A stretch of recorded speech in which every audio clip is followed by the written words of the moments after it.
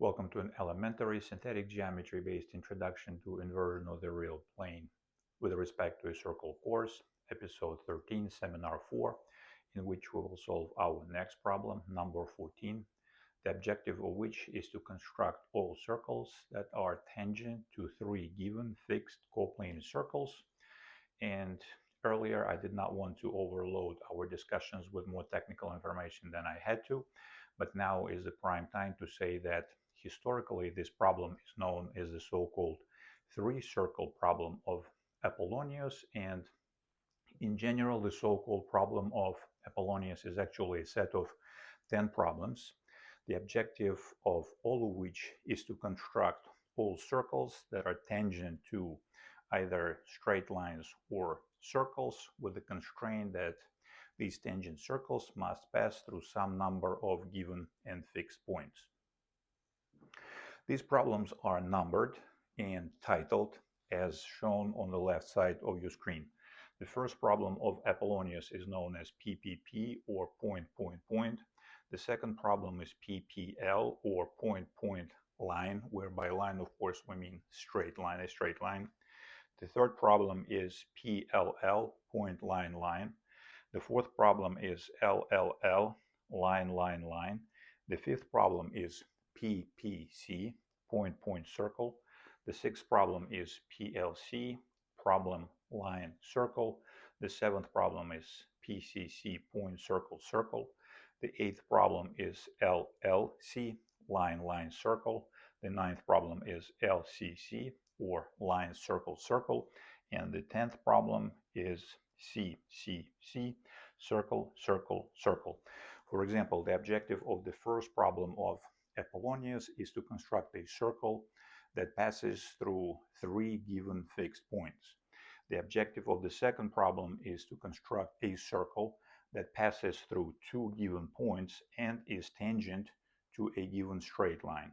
The objective of the third problem is to construct all circles that are tangent to two given straight lines and pass through a given point, and so on in like fashion. Every time you see a letter in the name of the corresponding Apollonius problem, that letter corresponds to a geometric object, and based on the name of that object, it becomes evident what needs to be done in this problem. So far, we have solved the so-called seventh problem of Apollonius, where we figured out how to construct all circles that are tangent to two given circles and that pass through a given point.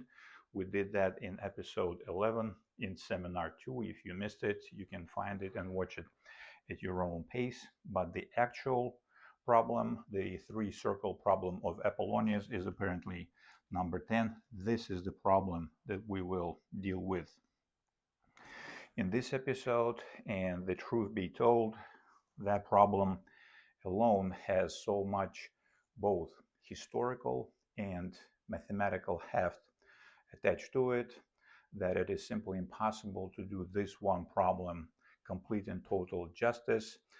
Doesn't really matter who does this episode within the space of one episode, let's say of manageable time, 1 hour, maybe 2 hours.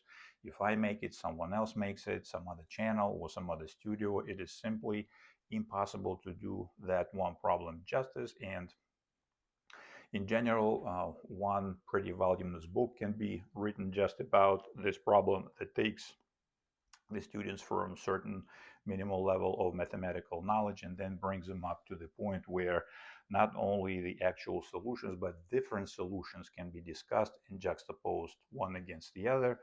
And of course, a voluminous course can be put together, a standalone voluminous course can be put together that is dedicated just to the three-circle problem of Apollonius alone. As such, in this episode and in this seminar, we will have only the time to look at the raw technical essence of the solution of this problem, of this famous problem, and we will do so in 3 stages. First, we will look at the overall structure of the general solution of the three-circle problem of Apollonius. Then we'll look at 11 essential configurations of three circles that allow 0, 4, and 8 distinct solutions. And in conclusion, we will look at an 8-circle solution algorithm in detail.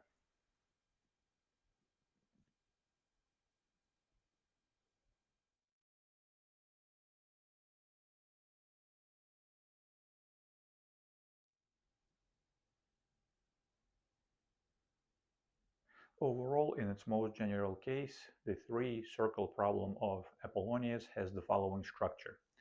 All the circles that do solve the 3-circle problem of Apollonius can be partitioned into 3 distinct sets. In the first such set, there are 2 circles, which can be referred to as one internal, one external. In the second such set, there are 3 distinct circles, each one of which can be named as one internal plus 2 external. And in the third such set, there will also be 3 distinct circles, each of which can be named as one external plus 2 internal, for a total of 2 plus 3 plus 3, or 8 distinct solution circles.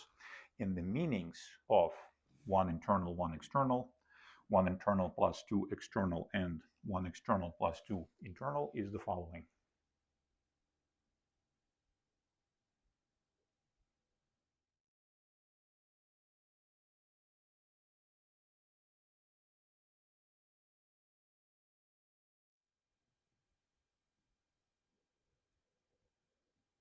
For demonstration purposes, let us assume that in this particular instance of the 3-circle problem of Apollonius, the blue circle shown on your left, the red circle shown on your right, and the green circle shown on the bottom are given, and the objective of this problem is to construct all circles that are tangent to these given fixed and coplanar circles. The first solution set of this particular problem will contain 2 distinct circles. I refer to this set as one internal, one external, precisely because in this solution set, precisely one circle will touch all 3 given fixed coplanar circles internally, and that circle is shown in white over here. This is a large circle that in plain English contains all 3 given fixed coplanar circles. One internal tangency circle, that is the solution of this problem, and the second circle in this set will be precisely one circle that touches all 3 given circles externally. One EX, one external tangency case, and that circle is shown in white over here in the middle. It's a smaller circle, and with respect to that circle, all 3 given fixed coplanar circles are located strictly outside of it.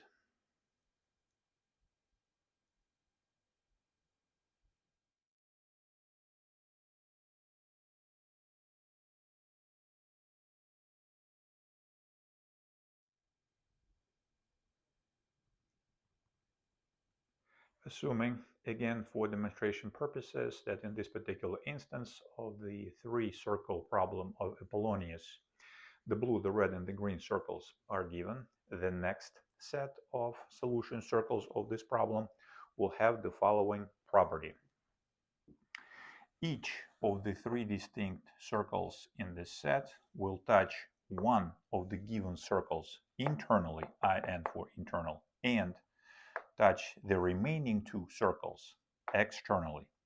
And if we can comprehend and construct one such solution, then the remaining solution circles are obtained from the first solution by permuting the problem over the remaining circles. For example, let us say that we manage to construct a solution circle shown in white that touches the given blue circle internally, because the blue circle is located strictly inside this solution circle, while touching the remaining 2 circles, the red and the green, externally, simply because these 2 circles, the red and the green, are located outside of the given solution circle, again shown in white. And once we manage to construct and comprehend that solution, which characterized precisely by this string over here, one internal tangency plus 2 external tangency cases, then we can obtain the remaining 2 solution circles by permuting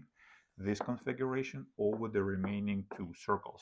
Let's say, for example, in this case shown on the right side of your screen, we have another distinct solution circle shown in white right here that touches the red circle internally, because the red circle in this case is located inside of the solution circle, while touching the remaining two circles, the blue and the green one, externally, because these two circles, the blue and the green, are located outside of the solution circle. And lastly, in this case at the bottom of your screen, which looks like, without my particular intention, as Mickey Mouse probably, in this case the third solution circle shown in white over here, that is distinct from this solution circle and that is distinct from this solution circle, touches the remaining circle, the green one internally, because the green circle in this case is located inside of the white solution circle, while touching the remaining two circles, the blue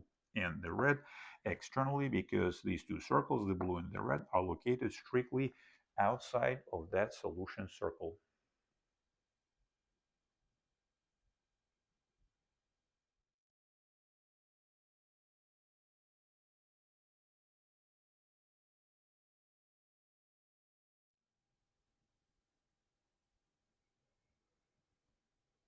Lastly, assuming again for demonstration purposes that the blue, the red, and the green circles are the given ones, and the objective of this three-circle problem of Apollonius is to construct all circles that are tangent to this one blue, one red, and one green circle, the final solution set of this problem will contain another three distinct circles, each one of which will have the following property.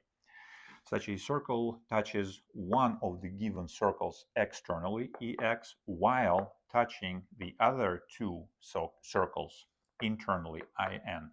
One external plus two internal tangency cases. Again, if we can construct and comprehend one such solution, then all the remaining solution circles can be constructed from the one that is already on the books by simply permuting the remaining permuting this solution over the remaining circles. For example, let's say we manage to construct a circle that solves this problem of three circle problem of Apollonius. That circle is shown in white, and it so happens that this circle touches the given blue circle externally, because the blue circle is located outside of the solution circle, while touching the red and the green circles internally, because these circles, the red and the green, are located inside of the solution circle.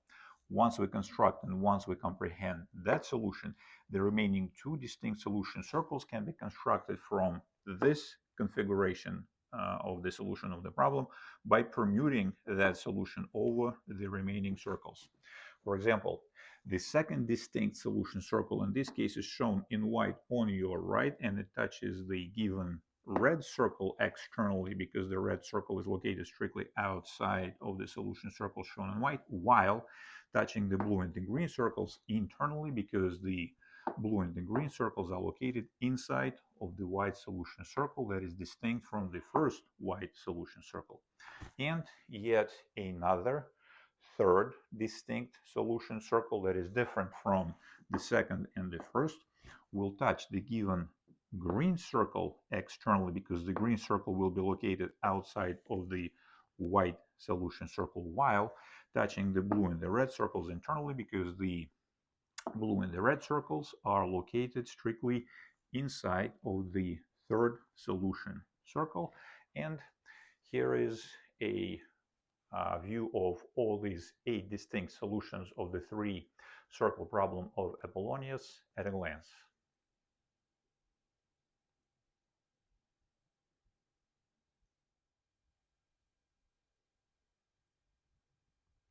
It does not have to be pretty, but it has to be technically accurate, and what you see on the board in front of you is technically accurate, assuming that one blue, one red, and one green circle is given to us, which are 3 fixed distinct coplanar circles, and the objective of this 3-circle problem of Apollonius is to construct all circles that are tangent to these 3 fixed coplanar circles. Then all such 8 solutions in the most general case are presented over here, and they're partitioned, as I mentioned before, over 3 distinct sets. The first such set contains 2 distinct solution circles, each one of which touches all three given circles internally, shown over here, and one such circle touches all three given circles externally. This is the small circle shown over here. The second solution set contains three distinct circles, each one of which touches one given circle internally while touching the remaining two circles externally. These three circles are shown in white here, here, and here. And the third and the remaining set of solution circles of the three-circle problem of Apollonius contains three circles, and each circle in this solution set is characterized by the following property. It touches one given circle externally while touching the remaining two circles internally. And all three such distinct solution circles are shown in white over here, and over here. And I recommend that you put this video on pause, let this information sink in, and once you comprehend the structure of the solution of the three-circle problem of Apollonius, you can move on to the 11 essential configurations of the three given fixed coplanar circles, which admit 0, 4, or 8 distinct solutions.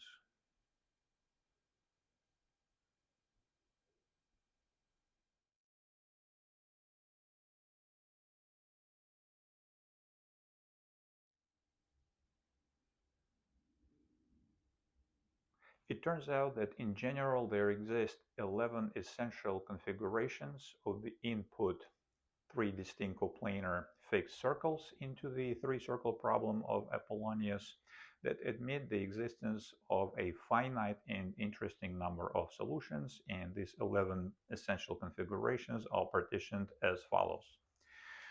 Two configurations of the three input circles into the three-circle problem of Apollonius admit precisely 0 solution circles, and these configurations are shown on the left and on the right. The left configuration corresponds to the case of only one full or complete containment, when one circle contains another circle completely, while the remaining circle, the third circle, is not contained by any other of the two. And again, evidently, once we have, if we decide to name these circles ABC 1, 2, 3, Q1, Q2, Q3, or whatever, then the various different versions of these configurations can be obtained by permuting the names of the circles. The second configuration of the input circles into the three-circle problem of Apollonius that admit 0 solutions is shown on the right, and in this case this is the style of the Russian nested doll situation, where, let's say, the smallest circle of the three given circles is contained by the middle circle by size, and the middle circle is contained by the largest by size circle. And again, if we decide to give names, then the various possible options for this configuration can be obtained by permuting the names of these input circles.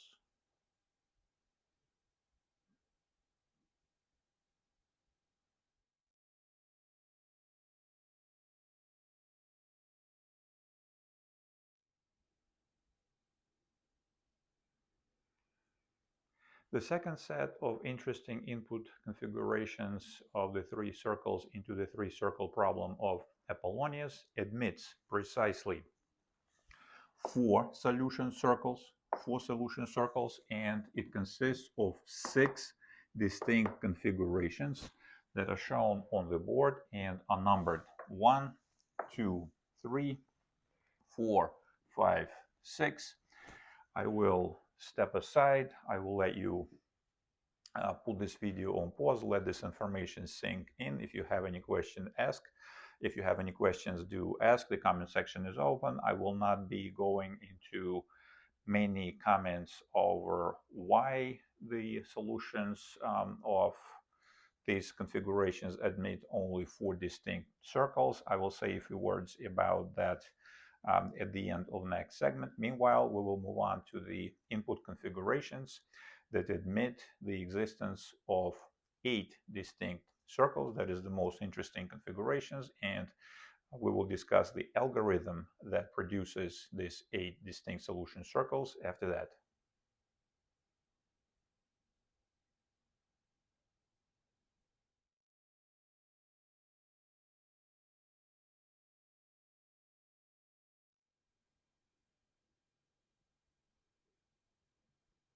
So far, we have looked at 2 distinct configurations that admit 0 solutions and 6 distinct configurations that admit 4 distinct solutions of the 3-circle problem of Apollonius, and the remaining 3 configurations of the input circles into the 3-circle problem of Apollonius are the most interesting ones because they admit precisely the existence of 8 distinct solution circles.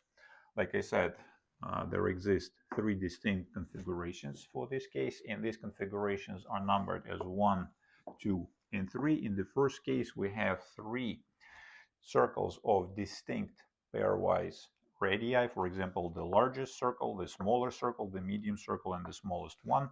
And these 3 circles are positioned with respect to each other in such a way that they have 0 points in common and no circle contains the other. We will concentrate on this case. In the second case, we have a complete containment of 2 circles by 1 circle, but then within that circle that contains 2, these 2 circles have 0 points in common. In other words, let's say the largest circle, here again shown in blue, contains the smaller red circle and the smaller green circles, but this containment is such that the green and the red circles have 0 points in common. Again, I, in some way, implicitly name these circles with colors, and evidently the different configurations or the different options within each configuration can be obtained by permuting these colors or permuting the names of the input circles. And the final and the third configuration that admits the existence of a distinct solution circles for the 3-circle problem of Apollonius is shown on your right. In this case, all 3 circles intersect pairwise, and in this case I showed this configuration in blue. Circle shown is the largest circle, and that circle intersects evidently the red and the green. The red circle intersects the blue and the green circle intersects both, again, the red circle and the green circle. Because of the depth of the mathematical material that explains why these configurations exist and why 11, why not 9, 13, or 29, the explanation of this phenomenon is quite deep. It goes way beyond the scope of this course, and definitely I cannot do it in just one episode. I will leave it aside. But those who are interested can, for example, I'm sure this explanation is given in many books printed all over the world in different countries, in different languages. For the English-speaking audience, you can find the book titled Lessons in Geometry, Volume 1, Plane Geometry. It was written by this gentleman, apparently, if I'm not mistaken. It was published by AMS, American Mathematical Society. You will find the configurations that I showed to you on page 301. Prior to that, there are several deep paragraphs which explain the mechanics of why these configurations come into existence. Again, this will be out of scope of this seminar, definitely, and even this course, because it takes way too much time to prepare the students from, let's say, ground zero and up in order to discuss this reasoning. And also, it should be evident that we only consider the situations where the number of solution circles is finite. For example, 3 input circles can be all the same radius, and they all can occupy one and the same space in the given plane. In other words, 3 circles of the same radius are stacked one on top of the other, and what we're looking over here is not 1 circle but 3 circles. How many solutions does this configuration of the 3 distinct but circles that are stacked one on top of the other exist? Well, evidently there exist infinitely many points over which these 3 circles can be touched by a circle, and all these circles will be located, let's say, on the centers of these circles will be located on this straight line, and we already in a way solved this problem. We can touch these circles, for example, this way, or we can touch these circles this way, and there will be uncountably infinitely many circles that are generated by just this one straight line.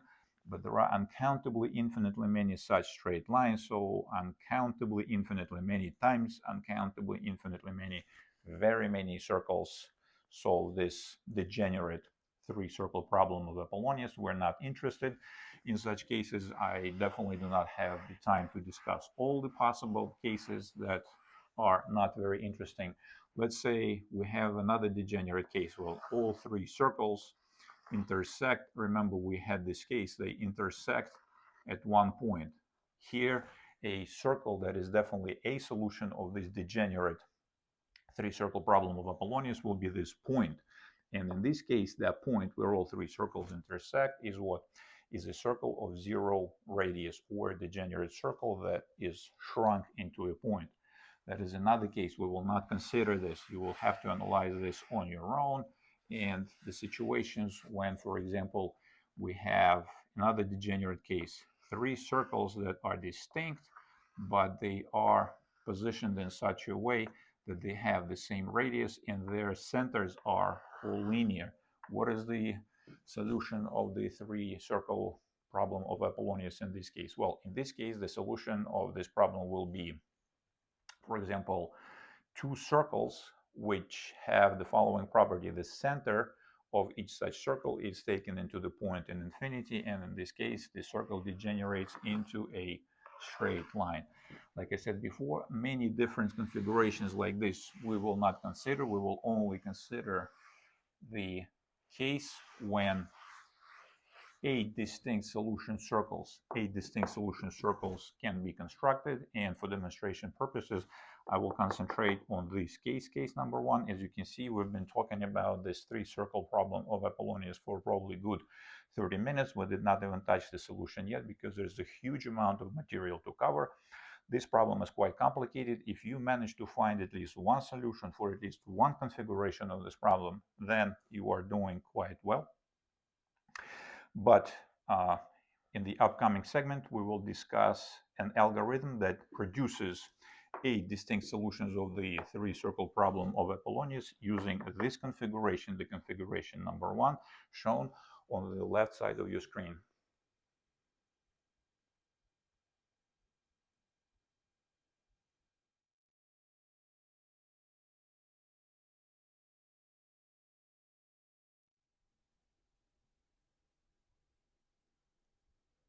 In addition to the machinery of inversive geometry, of course, our solution algorithm of the three-circle problem of Apollonius will rely on the following 2 ideas. The first idea will be the idea to which I refer as R1 minus R2 idea, and it amounts to the following. On this channel in Season 2, Episode 6, we already explained 2 different ways to solve the following problem. Construct a tangent straight line that is common to 2 given circles.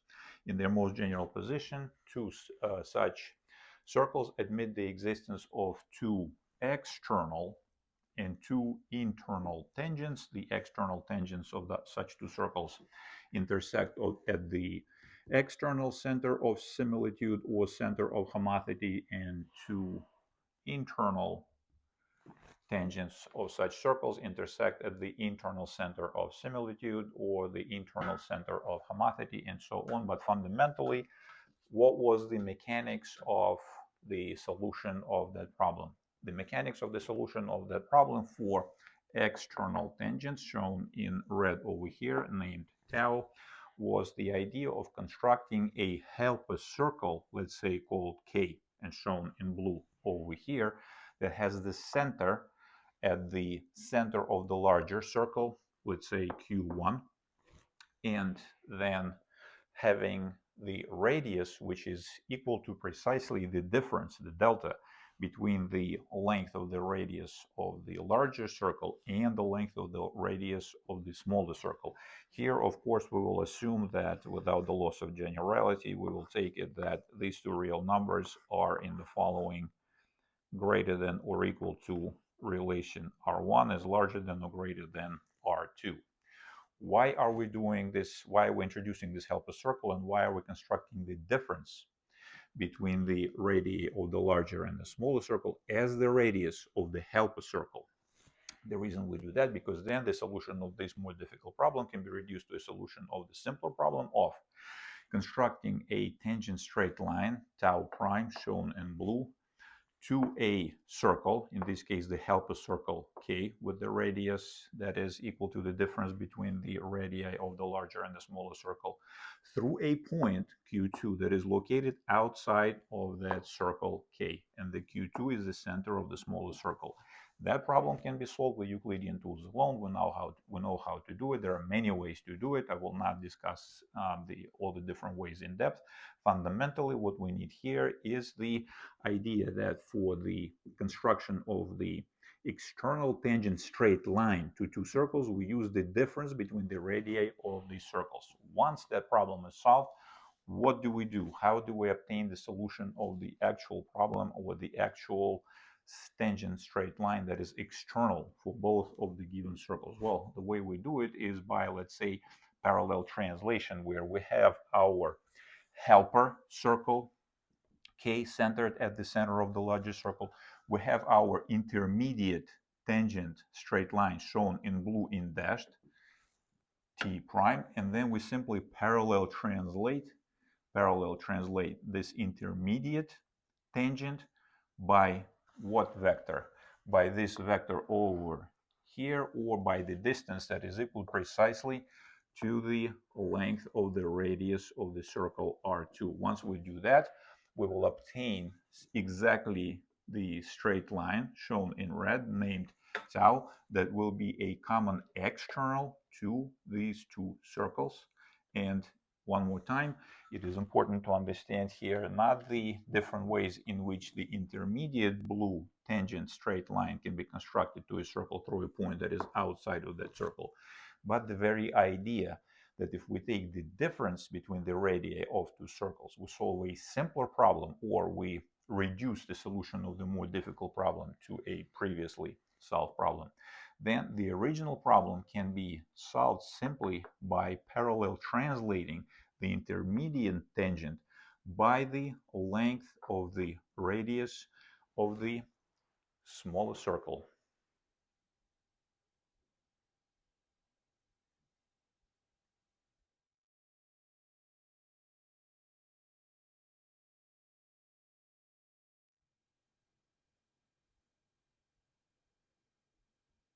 Likewise, in order to construct the common straight line that is tangent to two given circles internally, we use the so-called R1 plus R2 idea, where we construct a helper circle, also named K, also centered at the center of the larger circle. But the radius of this larger circle is now the sum, not the difference, but the sum of the radii of the two circles, R1 plus R2, or sigma. In this case, the relationship between these two circles is irrelevant, but why is that helpful? Well, in this case, again, we reduce the solution of the difficult to solve problem to a solution of the previously solved problem. And in this case, we simply construct a straight line that is tangent to a helper circle, K, through the point Q2 that is located outside of that helper circle. That problem can be solved with Euclidean tools alone. We know how to do it. There are many ways. This intermediate tangent straight line, tau prime, is shown over here in blue. And once that solution of the intermediate problem is obtained, we simply translate in the opposite direction toward the center of the larger circle that tangent straight line into the solution of the problem sought after, or common internal tangent to two circles shown in red. This is the shown in red straight line named tau, in red again, that is tangent to two given circles, Q1 and Q2. The tangency here in this case is internal as sought after. The main idea here again is to use the helper circle whose radius is equal to the sum of the radii of two circles. And as I said before, in addition to the machinery of the inversive geometry, the building blocks, or the Lego bricks from which we will snap the solution of the difficult to solve three-circle problem of Apollonius, will be used as follows. Look at this. Let's say we're given three distinct circles: the blue circles, the blue circle, the red circle, and the green circle. And we also will take it that we sorted all our circles in such a way that the blue circle is not smaller than the green one, and the red circle is not smaller than the green one. In other words, R1 is larger than or equal to R3 in this case, and R2 is larger than or equal to R3. Then we will construct two helper circles, K1 and K2. They're shown in dashed line here and here.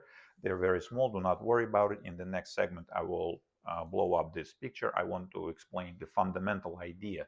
What is the technical gist of our algorithm, which uses the R1 and R1 plus R2 and R1 minus R2 ideas? The gist is the following. We construct these two helper circles, and then we construct a circle that is tangent to both of these helper circles and passes through the center of the, let's say, smaller circle, through the center of the green circle. And this tangency for the helper circles is internal. In other words, helper circles are located inside.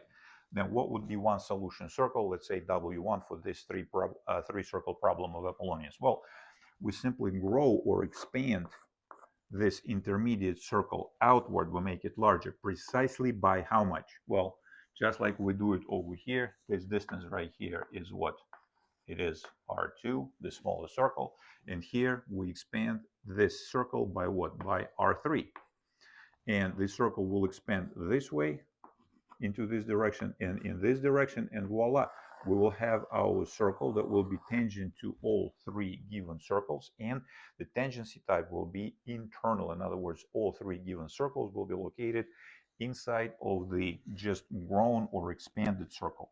Conversely, if we construct a circle that passes through the center of the smallest circle and touches the helper circles like so externally, then what do you think is going to happen next? Well, exactly. We'll use the idea of shrinking, not growing, but shrinking the radius of this intermediate circle precisely by R3 in all three directions. And this shrinkage will produce precisely the circle that is tangent to three given circles externally, because in this case, when we shrink the intermediate circle, that circle, the solution circle, will be located outside of the three given circles, or conversely, the given circles, the blue, the red, and the green, will be located outside of this solution circle. Now that you understood the gist of the technical idea behind the algorithm that will solve the three circle problem of Apollonius using the two building blocks that we just explained, the R1 minus R2 and R1 plus R2 idea, we can put together an efficient algorithm that solves this problem.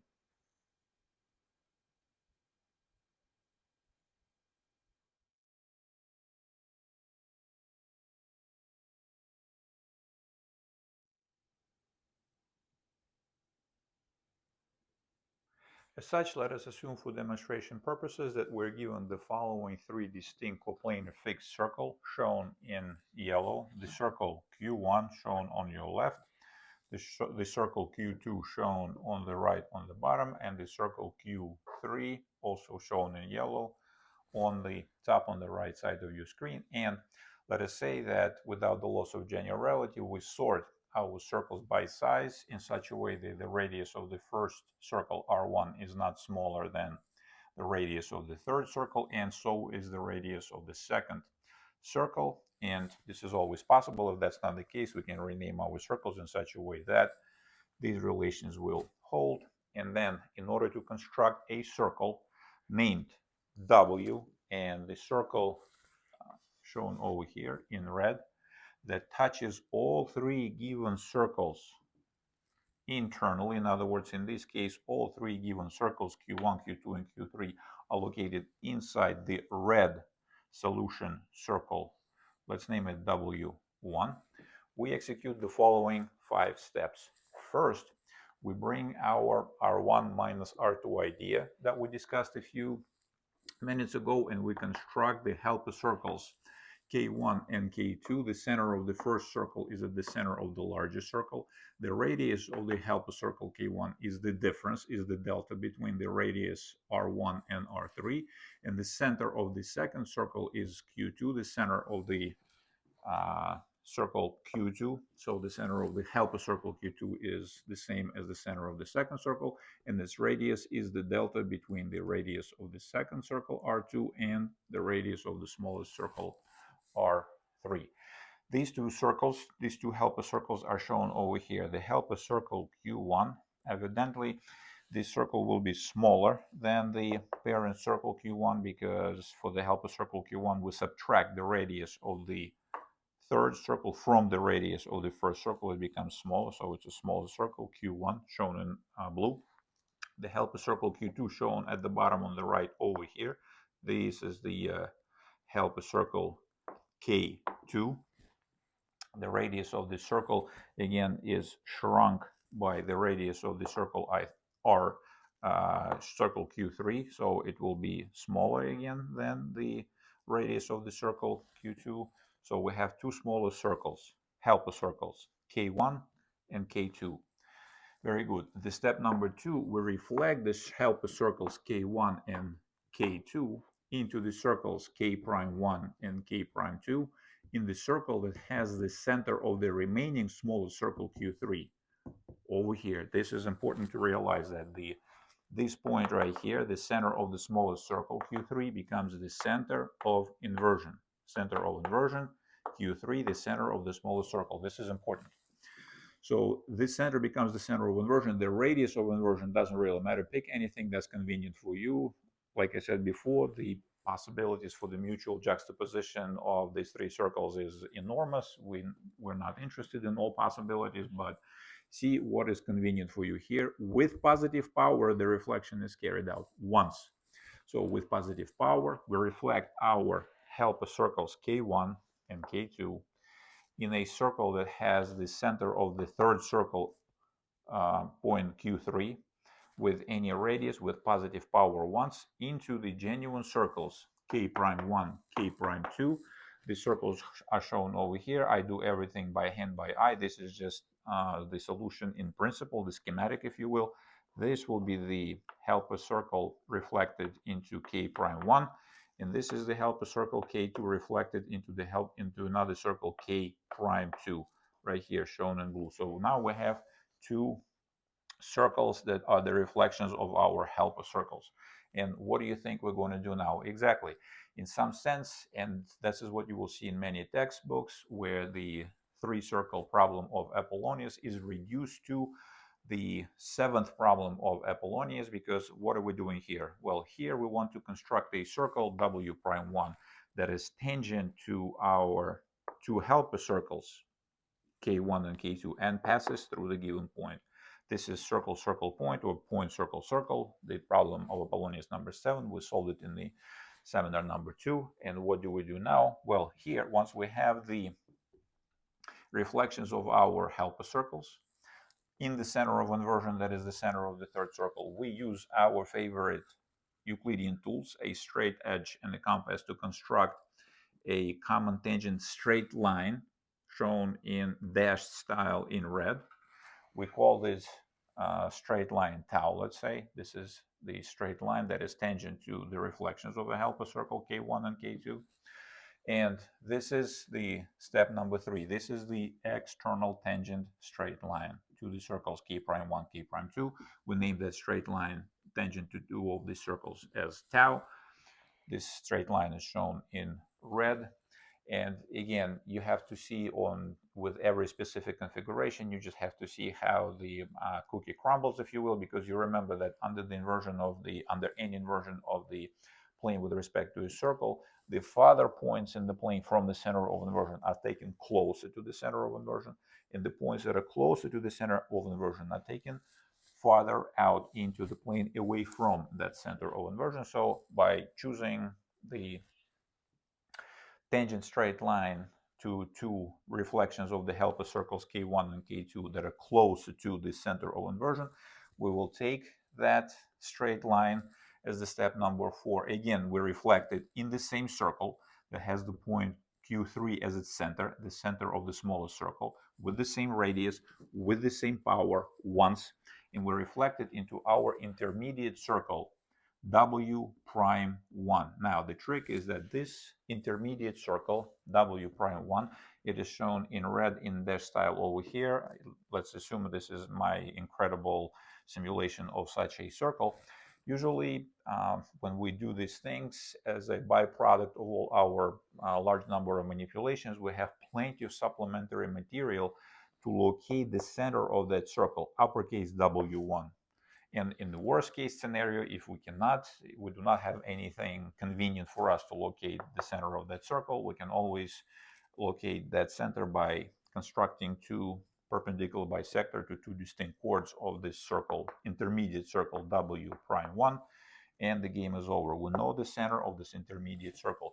The trick is, and the tactical advantage of all these clever manipulations is the following. That circle, the W prime 1, which is the reflection of the common external tangent to the images of the helper circles K1 and K2, will be concentric with the target circle that will be tangent to three given circles internally. And what does that mean? Well, that means that in the fifth step, we simply increase the radius of the circle W prime 1, the intermediate circle W prime 1, by precisely R3, the radius of the smaller circle. I showed this expansion with white arrows right here. This intermediate circle will be kept, the center of this circle will be kept where it is. We will not move it. That's the whole thing. That's the precious little spot that we want to hold on to. And then we simply expand the radius of that circle by R3. In all directions, this expansion will take place, and voila, we will grow this intermediate circle W prime 1 by the length of the radius R3, and we will thus generate the circle W1 that will touch all the given circles Q1 to 3 internally, meaning that all these three circles will be located inside of the circle W1. This will be our first solution circle.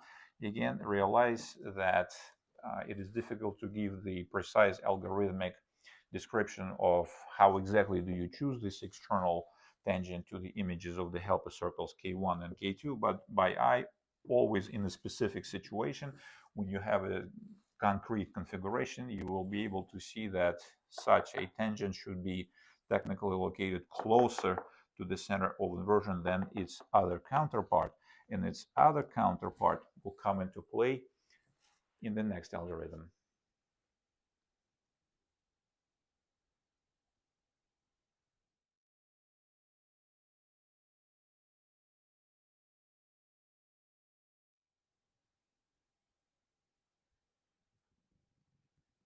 An algorithm that produces a solution circle that touches all three given circles in the three-circle problem of Apollonius externally is fundamentally and essentially the same as the algorithm for the internal solution that we just looked at, with the only difference here is in the third step, which means that we construct the helper circles K1 and K2 as in the previous case. We reflect them in the center of inversion Q3 of the smaller circle with positive power once, and then the only difference here is the quality of the common tangent straight line that we construct to the image circles K prime 1 and K prime 2 of the helper circles K1 and K2.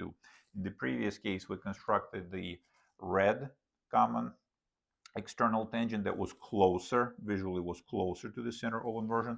This time we construct the external tangent straight line that is further away from the center of inversion. I showed it in dash style in green. If you can see the color, that tangent straight line that is common to both of the circles is shown in green. I named it as tau 2, so here named it tau 2. And then again, after that, it's business as usual. We invert that tangent tau 2 in the same circle, the same center, the same radius with the same positive power, also once, into a circle that will be, I show the circle in dashed green line right here. If you can see it right here, W prime 2 it runs this way, and look at this. It passes through the center of the third circle, the smaller circle. It touches our helper circle K1 externally at this point. It touches the helper circle K2 at this point. And what do you think we do now? Evidently here we will say that instead of increasing the radius, look at this, we will say that we decrease. Here we will say decrease the radius of that circle in the opposite direction, in this direction. We shrink it this way, we shrink it that way, and we shrink it, where is it? We'll shrink it, the circle this way right here. We shrink this circle and voila, boom, we obtain the green circle W2 that touches all three given circles Q1, Q2, Q3 externally. And again, it is important to understand that the whole magic of obtaining our circle W prime 2, that it will be concentric with our circle W2 shown in solid green. So somewhere here, again, I do not want to mess things up more than I have to. It's pretty messy already. Somewhere here there will be a point. Let me show it in green. Somewhere here there will be a point, let's say right here, and the name of this point will be uppercase W2. That will be the center of the intermediate circle that is tangent to our helper circles externally. And once we shrink this circle, keeping its center where it is, we do not touch the center in this case, and we do not touch the center of the intermediate circle in the previous case. In both cases, we keep the center of the intermediate circle that passes through the center of inversion as is. We do not touch it. That is the whole magic. And then we shrink the size of this intermediate green circle shown and dashed by R3, precisely by R3, and voila, we obtain the circle W2 that touches all three given circles Q1, 2, 3 externally. This time it is important to understand the tangency type is external. The circle Q1, the circle Q2, the circle Q3 are located outside of the green tangency circle, and done more professionally in a cleaner and neater way with the software. For example, I use GeoGebra. Our first solution circle will look as follows.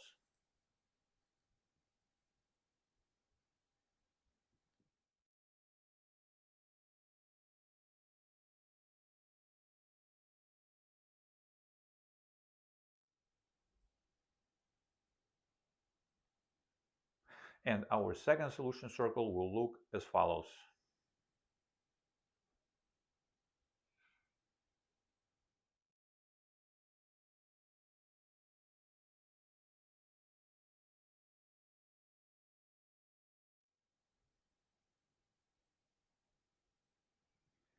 And just about now I can hear the gears in your mind cranking and thinking, Roman, what will happen if the radii of the circles that we are given are the same? In other words, our helper circles R1 minus R3 and the helper circle K2 R2 minus R3 will have 0 for their radius. Well, at this point, you should think on your own, put this video on pause, come up with your idea, come back. But the correct response over here is the following. Yes, in this case, our helper circles K1 and K2 will degenerate into single points, which in this case can be taken as the circles of radius 0. They will be these circles, and then we will reflect these points, not circles, but points will be reflected in the chosen circle of inversion. We will throw these points somewhere here. We'll snap a straight line through these 2 points. This is even easier task, just to take our favorite straight edge, boom, straight line, and then we reflect that straight line into intermediate circle, increase the circle radius of one circle, decrease the circle of the other circle, and voila, we have a solution. Everything works beautifully. And in order to show you that it is so, I've put together an animated demonstration using the same software called GeoGebra. Please take a look.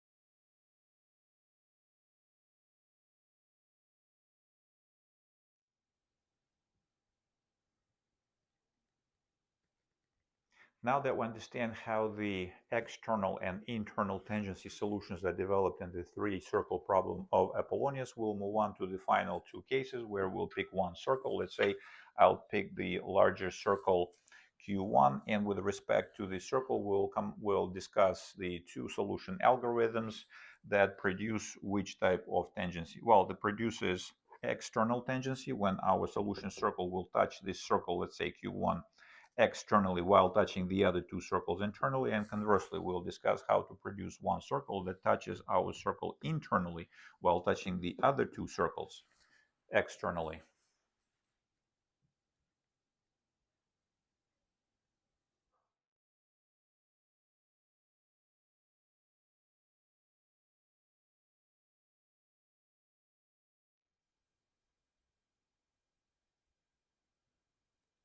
Assume now that we want to construct the third solution circle of our three-circle problem of Apollonius, which, for example, touches the circle Q1 externally.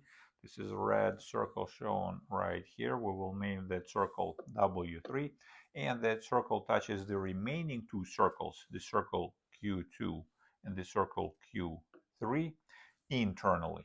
How do we do that?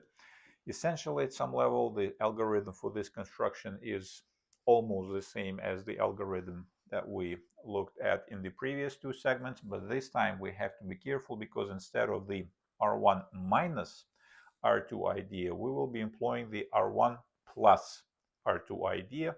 We will be constructing the helper circles whose radii are not the difference but the sum of the radii of two circles. That is, if we want our solution circle to touch the circle Q1, then we construct the helper circles using the centers of the remaining two circles as their center points of these helper circles. That is, first we construct the helper circle Q2 that has as its center the center of the second circle Q2. This center right here, this is the helper circle Q2, and then the radius of this circle will be the radius of the circle R2 plus the radius of the circle R1. This is the very same circle which we want to touch with our third solution circle. And we construct the second helper circle K3, which has its center at the center of the third circle, the point, let's say Q3, and its radius is equal to the sum of the radius of the circle 3, R3, plus the radius of the circle R1, both times, plus R1, plus R1. This circle K3, is shown over here. It uses the center of the third circle as its center, and the radius again is the radius of the third circle R3 plus the radius of the first circle which we're trying to touch with our third solution circle. That much should be evident. Instead of the difference, we construct the sum, and then after that the solution steps are pretty much the same. As the second step, we reflect the circle, the helper circle K2 into the circle K prime 2, and we reflect the circle K3 into the circle K prime 3 using the circle of inversion that has important, this is where we pay attention, the center, which is the center of the very first circle, the point Q1. The radius is irrelevant, it doesn't really matter, with positive power once we do that inversion. I did not show that circle of inversion here to avoid the clutter. The things are messy as they are, but it is important to understand that in this case, the point Q1, the center of the circle which we want to touch with our third solution circle, should be the center of inversion. With respect to that center, we then invert our helper circles K2 and K3 into helper circles K prime 2, K prime 3. Here they are. Let's pretend that this is a smaller circle, this K prime 2, and this is a smaller circle K prime 3. These two circles are the images of our helper circles K2 and K3 under the inversion of the parent plane with respect to that center, with the center Q1. With positive power, we do this reflection once. We obtain these two circles. So now they are all in the books. The third one, as you expect, we construct a common external tangent straight line. It is important to understand that this is where we win, straight line. to the image circles k prime 2, k prime 3. We name that common tangent that is external to both of the circles as tau 3. Let's say I show it in dashed line in red. It's over here. Let's pretend that this is a common external tangent straight line to our image circles k prime 2 and k prime 3. This guy right here. Let me use my incredible simulation for the Euclidean straight edge. This is how we do it. And again, here we have to play it by eye. Remember that under the inversion of the real plane with respect to a circle, the farther points in the plane are taken closer, and conversely, the closer the points to the center of inversion, the further away they go when they're inverted. So here we invert or we construct the common tangent straight line to the image circles that are farther away from the center of inversion Q1, you see. And then this is it, game over. Once we have this tangent straight line tau 3 on the box, and we can do that with, again, Euclidean tools alone, with a compass and a straight edge, we do what? We reflect this tangent straight line in the same circle of inversion that has the point Q1 as its center, with the same radius, with the same positive power, once into a circle W prime 3 that will be concentric with our target solution circle W3. That helper circle W prime 3 is shown in dashed red line over here. Let's pretend that this is the circle, and as you can see by its configuration, we already can predict what will be the fifth and the final step of this algorithm. Because this circle passes through the center of inversion, which is a necessity when we reflect a straight line in the circle. It must be the case according to our previous theorems, and that circle will touch our helper circles K2 and K3. Internally, they will be on the inside of that circle. And again, remember, this is according to our theorems. All these times we are relying on the fact that if two objects touch at the points which are distinct from the center of inversion, then the images of these objects will also touch when inverted in the corresponding circle. So that means that our intermediate helper circle W prime 3 will touch the circle K2, the helper circle, internally, and it will touch the helper circle K3 also internally at some point here and here. And voila, game is over. We now decrease. Here I underline the fact that we're decreasing the radius of the circle W prime 3 by what? By R1, which is the radius of the circle Q1, which we're trying to touch. Look at this. We take our helper or intermediate circle W prime 3 and we squish it, we compress it, we make its radius smaller. Somewhere here there will be the point, let me use the red chalk, that will be the center, of that circle. I don't want to introduce more clutter than I have to, but you understand the idea. We will keep that center where it is. We'll simply shrink the radius of that circle by precisely what? By how much? By precisely R, let's see, where is it? This guy, it will be R1. Shrink, shrink, shrink over here, and by doing so, what will we introduce?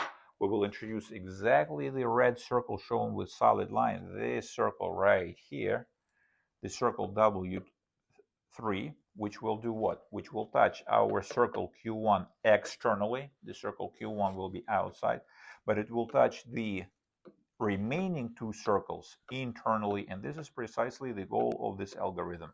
Now, if we understood how that worked, you already can see what the last mile will do. In the next segment, we'll cover the case where the solution circle will touch, the fourth solution circle by count will touch the circle Q1 internally, while touching these two circles, the remaining two circles externally. What will we do?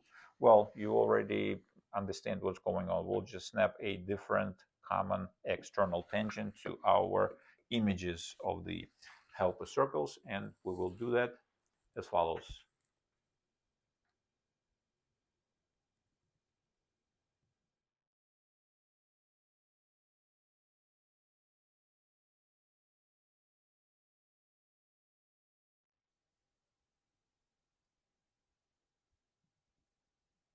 That is, if we want to construct the fourth solution circle of our three-circle problem of Apollonius in such a way that that circle touches the circle Q1 internally while touching the remaining two circles externally. That is the green circle shown over here. This is the green circle that touches the circle Q1 internally but touches the remaining circles Q2 and Q3 externally. Then all we have to do over here, and we will name that circle W4, and the intermediate circle, where do I have the room for it? Let's see if you guys can see this W prime 4 here. We pretty much follow the same steps. The only difference between this algorithm and the previous one is in the quality of the external tangent straight line that we construct to our image circles, or the circles that are the images of the helper circles K2 and K3. We name that helper tangent straight line. Let's see, where do I show it? Right here. That external tangent straight line shown in green with the dash style here, here, here. This is the tangent tau 4. And again, by eye we work. Here we construct the tangent straight line that is closer to the center of inversion. And what is the center of inversion in this case? The center of inversion in this case is the center of the circle Q1, which will be the main character, which will be touched by our fourth green solid line solution circle W4 internally. And that circle will touch Q2 and Q3 externally. So at this point, we have that tangent straight line tau 4 on the books. From this point onward, it's the same algorithm. We take this straight line, we reflect it in the circle that has the point Q1 as its center. Again, same circle, same center, same power, and same power, same radius. And also once we do one inversion into the circle W prime 4. The circle shown in dashed line over here. I know it's a little bit messy, but do not worry. This seminar is based on the corresponding chapter of my free book, Inversive Geometry for All. The link to that chapter and into that book is in the comment section. I have nice, neat, professionally made diagrams. You can take a look over there. But here we want to understand the gist of what is going on. That solution, that intermediate solution circle W prime 4 will have a center somewhere right here. And importantly, that intermediate circle will pass through the center of inversion, the center of the circle Q1. It will touch our helper circles. Look at this, here and here externally, here and here externally. And precisely because it does pass through the center of inversion, through the center of the circle Q1, this time, instead of decreasing, is what like we did in the previous case. This time we increase the radius of the circle W prime 4 by R1, the radius of the circle R1. And voila, our circle W4 will touch the circle Q1 internally while touching the other two circles, Q2 and Q3, externally. How do we do it and why? Well, look at this. We expand this dashed green line circle with respect to this point, let's say over here by R1.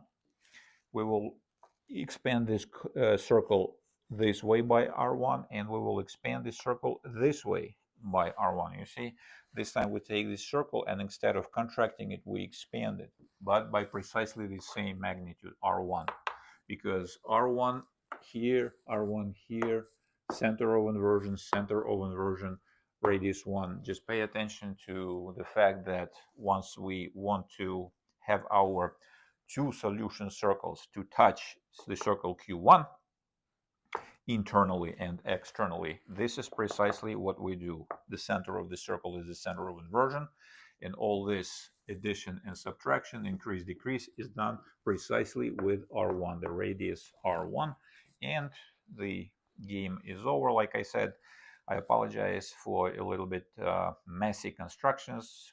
It is quite difficult to do it. And if you have any questions, the comment section is open. And much more nicer diagrams of these constructions and the outline of the steps you can find in the free PDF file that is linked to in the comment section.